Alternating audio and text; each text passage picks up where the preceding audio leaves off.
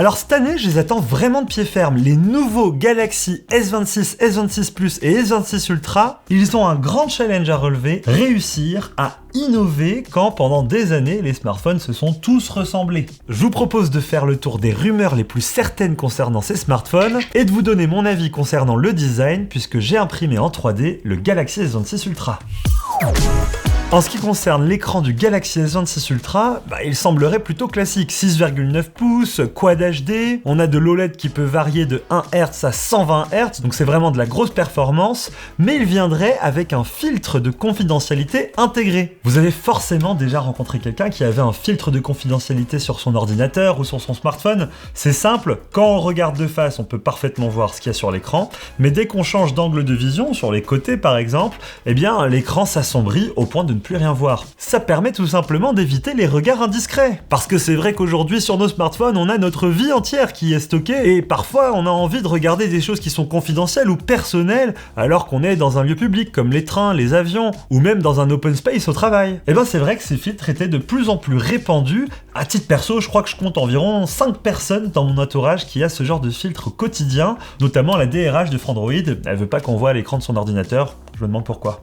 Samsung, ils vont faire un truc qu'on n'a jamais vu dans le monde du smartphone, et c'est une vraie innovation, un filtre de confidentialité intégré à l'écran du smartphone, mais attention, dynamique et piloté par intelligence artificielle. Je vous explique tout. Alors déjà, laissez-moi vous préciser que le Privacy Display, c'est une technologie qui a déjà été annoncée par Samsung il y a quelques semaines, et donc autant vous dire que on est certain que ça arrivera sur ce nouveau smartphone. Seulement, toutes les fonctionnalités n'ont pas encore été révélées, mais il y a déjà pas mal d'infos. Concrètement, Samsung a ajouté un revêtement au-dessus de l'écran OLED du smartphone. Et en maîtrisant la position des pixels sous ce revêtement, il réussirait à rendre ce filtre de confidentialité dynamique. De ce qu'on a compris, il y aura un menu dans les paramètres qui permettra de sélectionner certaines applications qui seront totalement confidentielles. Par exemple, vous ouvrez l'application de votre banque, bam, le filtre dynamique s'active et personne autour de vous ne pourra le voir, à moins d'être pile poil en face du smartphone. C'est une technologie qui nous avait été déjà présentée en 2024 par Samsung Display, c'est la branche écran de Samsung Electronics. Ils appelaient ça le Flex Magic Pixel. Et 2 ans plus tard, le Galaxy S26 Ultra serait le premier à en profiter. Mais c'est pas tout. Pour moi, c'est comme une prouesse, Samsung réussirait à localiser la zone sur l'écran qui doit être confidentielle. Je vous fais un petit exemple. Vous êtes en groupe, vous êtes avec vos potes et tout le monde est en train de regarder votre écran pour prendre la photo. Et c'est là qu'arrive le drame, une notification. Et c'était pas du tout prévu, votre groupe de potes apprend l'inimaginable et c'est la fin de votre amitié pour la vie. Même si ce genre de scénario est un peu poussé, on peut imaginer que c'est pas forcément souhaitable que tout le monde lise vos notifications quand elles arrivent à l'écran. Samsung vous permettrait de rendre confidentielles uniquement certaines parties de l'écran. Vous pourriez dire par exemple toute nouvelle notification est par défaut confidentielle. Ce qui permettrait à vos amis de continuer de regarder votre écran. Par exemple, même si vous mettez votre smartphone au milieu de la table pour montrer une simple vidéo, mais la partie sur laquelle apparaîtra la notification, elle, aura ce filtre de confidentialité. Donc seule la personne qui sera face au smartphone pourra la lire. Et là, Samsung crée vraiment quelque chose de très innovant à mon sens. Dans un monde où on stocke de plus en plus de données personnelles et confidentielles sur nos smartphones, ce genre de fonctionnalité, je pense que ça risque d'être un incontournable. Alors moi perso, je m'en réjouis énormément, mais la grande question que je me pose, et ça on pourra pas y répondre avant de l'avoir testé réellement, c'est est-ce que ce petit revêtement n'aurait pas un impact sur la qualité d'affichage de l'écran OLED ? Ça pourrait abaisser la luminosité ou même altérer les couleurs. Donc vous inquiétez pas, dès que les smartphones y sortent, on testera cet écran de fond en comble.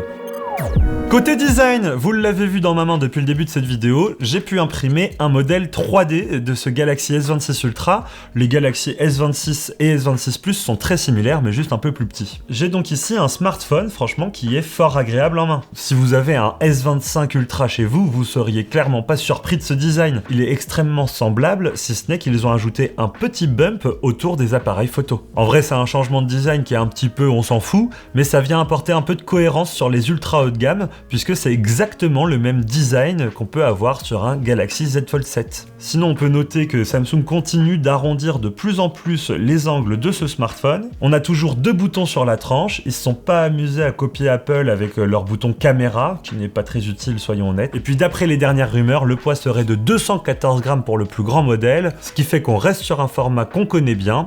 Bref, une petite brique dans la poche.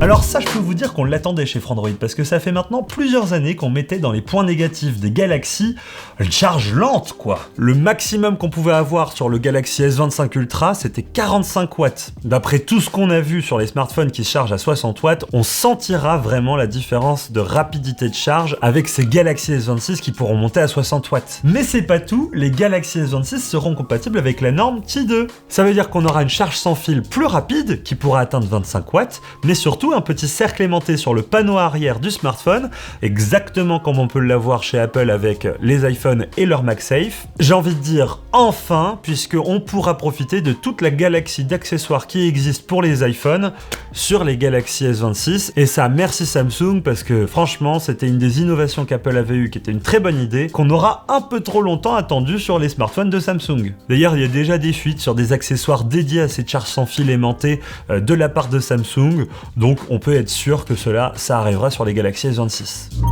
Côté performance, on va avoir des Galaxy S26 très puissants. Seulement, on a encore une grosse interrogation. Est-ce que Samsung va aller chez Qualcomm ou vont utiliser leur nouvelle puce, l'Exynos 2600 ? Ça, on sait pas. Alors c'est vrai que jusqu'ici, quand Samsung allait chez Qualcomm, tout le monde était super content. On sait que ce sont les puces les plus puissantes qu'on peut trouver chez Android. Et quand Samsung faisait le choix de mettre de l'Exynos, qui est leur technologie maison, ça venait souvent avec une petite déception, puisque ils n'arrivent pas aux performances de ce que peut faire Qualcomm. D'après les premiers retours qu'on aurait concernant ce nouveau processeur Exynos, si tant est qu'il est dans les Galaxy S26, en interne les tests seraient très concluants. On aurait des performances assez énormes concernant l'intelligence artificielle et surtout un super rapport énergétique, même au-delà de ce que peut faire Apple avec son A19 Pro. C'est-à-dire qu'on a une bonne performance mais ça consomme peu de batterie. Et ça pourrait être intéressant.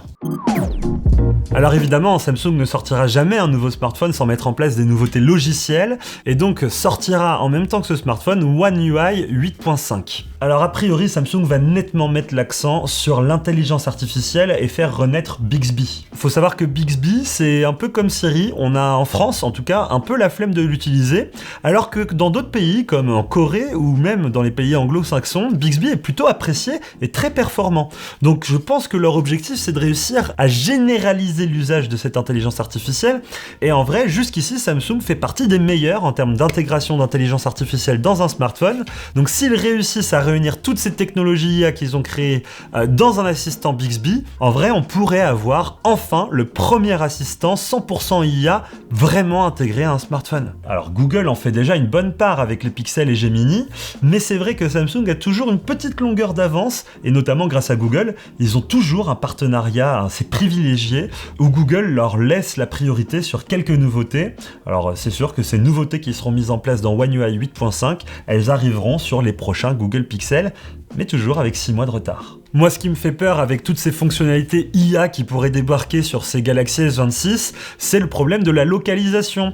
Peut-être qu'en Europe, on sera encore laissé pour compte, comme pour beaucoup d'autres constructeurs sur le marché qui réservent ces fonctionnalités IA au marché anglo-saxon ou au marché local de la marque, chinois ou coréen pour Samsung. Donc j'attends de voir ce qui va être annoncé côté logiciel, mais surtout où, parce que c'est ça qui compte en tant qu'acheteur français.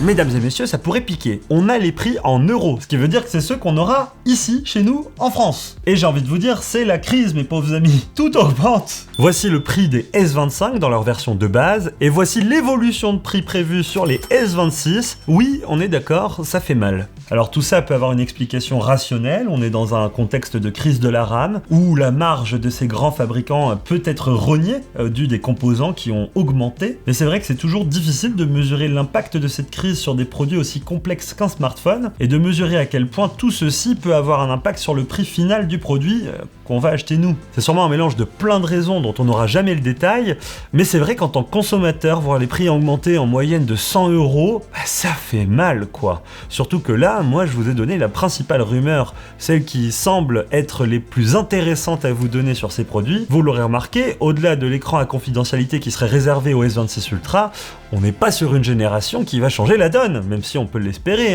tout n'est pas encore annoncé. Il n'empêche que ces smartphones risquent d'être des incontournables en 2026. Je vous rappelle qu'on avait élu le Galaxy S25 Ultra comme étant le meilleur smartphone de 2025.